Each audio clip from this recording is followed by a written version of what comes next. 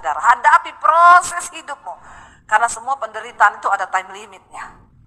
Dan di balik semua penderitaan kita, Tuhan sedang bekerja untuk mendatangkan kemuliaan bagi hidup kita. Amin, saudara. Ya, jadi jangan takut hadapi hidup ini. Jangan punya iman yang sedikit-dikit mau bunuh diri, dikit-dikit ya mau ke psikiater. Saya kemarin layani, ada anak, dia sudah punya anak 2 cewek, tapi dia pengen punya anak cowok. Lalu akhirnya program ke dokter supaya bisa hamil lagi. Ketika program, dia minum obat dokter, dia stres, depresi, tidak bisa tidur tiap malam. Akhirnya dia bilang ke dokter, saya kayaknya nggak cocok dengan obat ini. Dokter bilang, ya sudah, kalau gitu stop dulu aja, nggak usah minum obat program, netralisir dulu perasaanmu supaya nggak depresi. Di stop obat, ketika obat di stop, dia hamil. Ya, hamil normal malah, tanpa program. Begitu hamil dia senang, dia imani anak ini laki-laki. Ternyata waktu sudah usia bisa dicek kelaminnya, dokter menyatakan anak itu perempuan.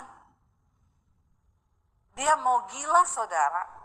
Dia telepon saya sambil nangis, dia bilang, "Ibu, kenapa Tuhan menghukum saya begini? Loh, kenapa Tuhan menghukum kamu? Kenapa dia kasih saya anak cewek lagi?" Itulah saudara, manusia itu ya. Apa ya? Aduh, kadang-kadang saya itu sudah bingung lihat orang-orang Kristen ini banyak yang sakit jiwa. Ya, saya bilang, aduh, kenapa kamu itu melihat dengan cara pandang yang salah? Berkat dibilang jadi kutuk, saudara. Kamu tuh sebenarnya nggak ada masalah loh. Masalahmu apa? Saya hamil perempuan lagi. Saya bilang, anak saya 3 loh. Saya pengen masih hamil lagi 1 cewek lagi. Tapi suami saya udah nggak mau. Dia bilang udah mau kiamat. Nanti sulit bawa-bawa perut, lari-lari di gunung. Ya, iya saudara, dikasih anak cewek, dia merasa itu hukuman Tuhan yang berat sampai dia berpikir mau gugurkan kandungannya loh. Saya bilang, aduh, dalam hidup ini kenapa orang itu masuk dalam masalah? Dalam hidup ini ingat, ada takdir yang kita nggak bisa rubah dengan kekuatan kita. Seberapa kaya pun engkau nggak bisa beli nyawa, namanya mati itu nggak bisa. Takdir anak yang Tuhan kasih juga kita kan nggak bisa. Ya, memang Tuhan mau kasih cewek ya. Saya bilang, jadi kamu itu kan percaya Tuhan sudah tahu, Alkitab bilang, sejak dalam rahim ibu, Tuhan sudah mengenal loh anak yang akan ditenun. Dia menenun dengan tangannya sendiri. Lalu saya bilang, sekarang kamu mau gugurkan dia, kamu berharap anak cowok. Kamu pilih anak cowok besar nanti narkoba, judi online, pinjol. Atau kamu dikasih anak cewek, jadi pendeta kayak Debbie Basir. Ya, jangan sok tahu. Dan dia merasa dia paling tertekan, dia merasa dia paling, saya bilang masalahmu tuh apa? Kamu tuh harusnya bersuka cita dengan anak yang dalam kandunganmu. Dia tertekan, kenapa Tuhan menghukum aku, Bu? Bayangkan loh saudara, banyak orang ternyata mendekati sakit jiwa. Karena semua dalam hidup ini dia pengen rubah sesuai dengan yang dia mau. Berdoa saudara, jangan hanya minta Tuhan ubah keadaanmu, tapi minta Tuhan ubah hati dan cara pandangmu, amin. Supaya kau gak jadi gila. Sebab orang kalau cara pandang dan hatinya gak dirubah, berkat Tuhan bisa dianggap kutuk loh. Malah kutuk, terbalik dia bisa anggap jadi itu berkat. Sekali-kali berdoa, jangan minta Tuhan terus rubah keadaanmu. Ya, jangan minta terus rubah proses yang sedang kau alami.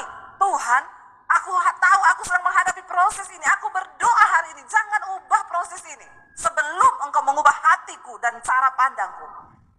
Ketika kita punya cara pandang yang benar, bahkan kutuk itu bisa menjadi berkat, saudara. Penderitaan bisa menjadi sukacita bagi kita ketika kita mengerti dengan cara pandangnya Tuhan. Sebaliknya, kalau kau tidak punya cara pandang Tuhan, ya, kutuk yang sesungguhnya bisa kau anggap berkat. Karena jalan kita itu berbeda dengan jalan Tuhan. Pikiran kita itu berbeda dengan pikiran Tuhan.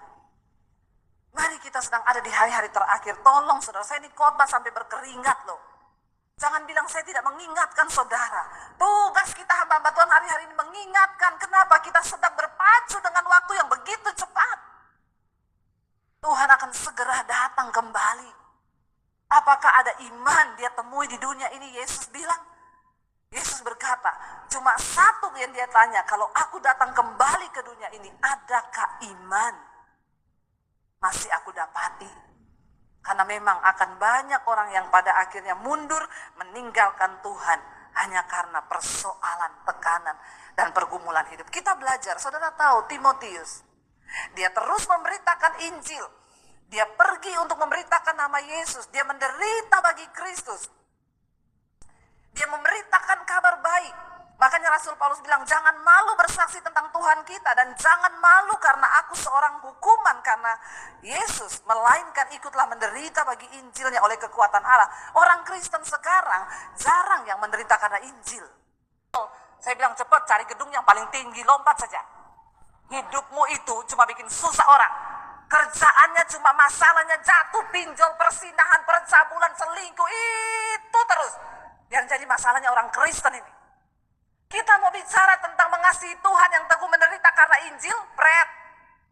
Hari ini sudah nggak ada orang Kristen yang menderita karena Injil. Saudara tahu Timotius matinya? Karena di daerah Efesus itu ada satu peradaban, mereka itu menyembah berhala, melakukan pesta seks dan mereka menyembah dewa mereka. Timotius berusaha untuk menghentikan semua perlakuan mereka itu. Dia mati dibunuh sebagai martir pada waktu itu dan mayatnya diarak di tengah kota.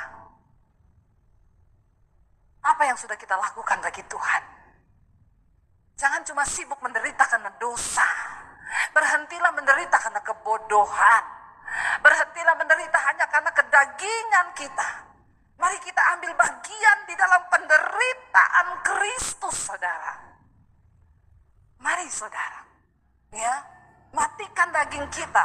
Melayani Tuhan itu berat, memang tidak enak. Jangan malu bersaksi tentang Tuhan. Hari-hari ini jadilah penuai. Siapa yang akan menerima mahkota di surga? Mereka yang membawa jiwa kepada Kristus. Amin. Ya. Lalu saudara dikatakan ayat 9, karena dialah yang menyelamatkan kita dan memanggil kita dengan panggilan kudus, bukan berdasarkan perbuatan kita, melainkan berdasarkan maksud dan kasih karunia-Nya sendiri yang telah dikaruniakan kepada kita dalam Kristus Yesus sebelum permulaan zaman. Berapa banyak di antara saudara yang siap nanti kedatangan Tuhan? Saya cuma mau bilang, saudara siap atau tidak? Yesus akan segera datang. Daripada tidak siap, mari kita siapkan hidup kita, amin.